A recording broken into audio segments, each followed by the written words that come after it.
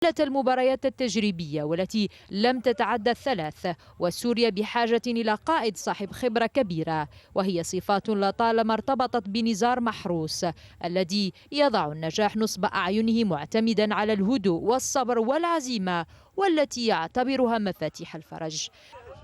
نزار محروس اعتبر المهمة صعبة في ظل غياب الشروط الأساسية للنجاح، فبعد مطالبته الاتحاد السوري لتوفير 7 مباريات تجريبية مع منتخبات مختلفة لم يتوفر له المطلوب ليجد في سجله 3 مباريات.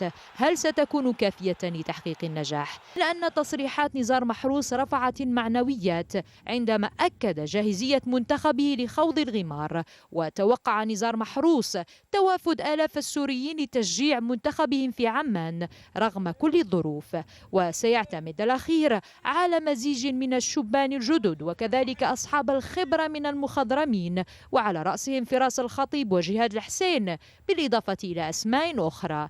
راديا صلاح، صدى الملاعب.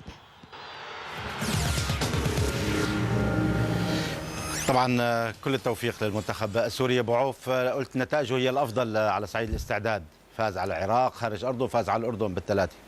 يعني كابتن نزار ماشي بالطريق الصحيح للكره السوريه، رغم يعني بعض الاشياء اللي صارت في الفتره من فترات الكره السوريه، ولكن انا اعتقد لو الكره السوريه استمرت بهذه الطريقه بتكون لها شأن في اسيا بشكل كبير جدا. مصطفى الناجح رجا رافع الذي رفع الى الثاني قبل ان تقف القلوب عن الخفقان بالتعادل الغير عادل.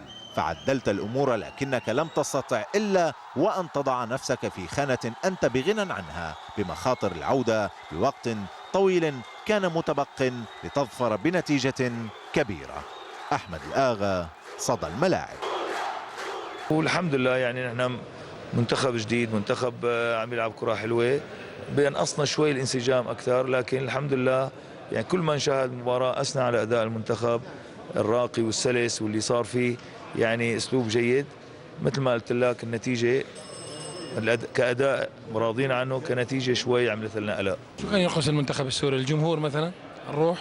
اكيد المعنويات اول شيء انخفضت، يعني اول شيء بتلعب برات ارضك، جمهور ما في، بالاضافه يعني بالملعب حسيته الفريق معنوياته انخفضت يعني، وخاصه بالشوط الثاني. يعني صح اجانا فرص، اجانا ذاك، بس كان لو كان معنويات عاليه اكيد الفرص اللي انهدرت اكيد رح تسجل كانت.